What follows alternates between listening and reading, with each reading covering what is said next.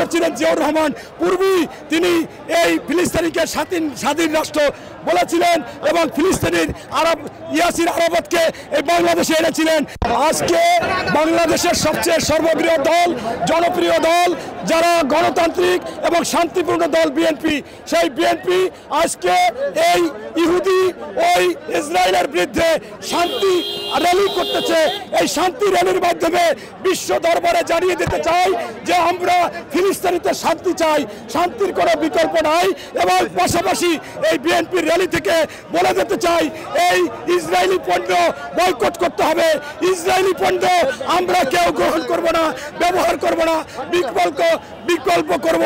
এছাড়া আপনারা জানেন আমাদের বিএনপির প্রতিষ্ঠাতা শহীদ প্রেসিডেন্ট জিয়াউর রহমান পূর্বেই তিনি এই ফিলিস্তিনিকে স্বাধীন রাষ্ট্র বলেছিলেন এবং ফিলিস্তিনির ইয়াসির আরাফাতকে এই বাংলাদেশে এনেছিলেন এবং জিয়াউর রহমানও সেই ফিলিস্তিনিতে গিয়েছিলেন, ইসরায়েল এবং ফিলিস্তিনিকে মীমাংসা করতে চেয়েছিলেন।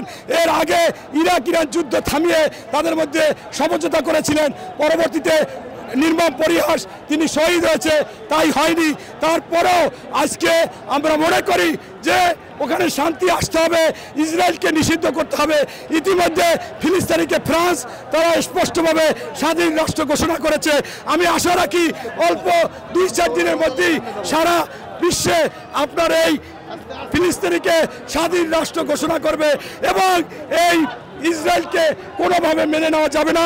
ইসরায়েলের ধ্বংস হবে এবং আমরা ঐক্যবদ্ধভাবে বিবেকবান মানুষ এবং মুসলমান তাদেরকে ঐক্যবদ্ধ হয়ে এদেরকে বিতাড়িত করতে হবে, এদেরকে শেষ করে দিতে হবে, ধ্বংস করে দিতে হবে এবং ধন্যবাদ।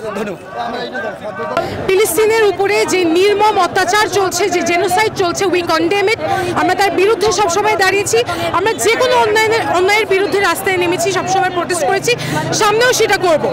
ফিলিস্তিনের উপরে যতদিন না এই নির্মমতা থামছে আমরা তাদেরকে জানান দিতে চাই, আমরা তাদেরকে ভুলবো না, তাদের জন্য আমরা দোয়া করব। ইসরায়েলের নির্মমতা আমরা দেখছি, ইসরায়েল একটা নিকৃষ্ট দেশ, ইসরায়েলের শুধু বিচার হওয়া উচিত।